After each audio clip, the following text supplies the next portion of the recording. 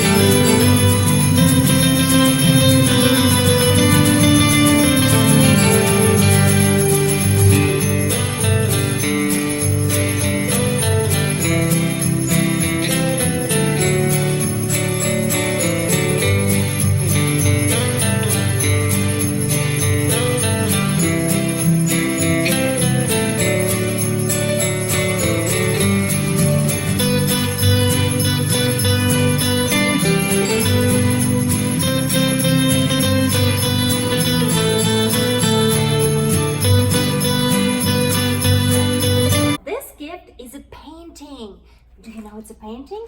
I don't think you know it's a painting. I don't know it's a painting anymore. It's a work of art on its own.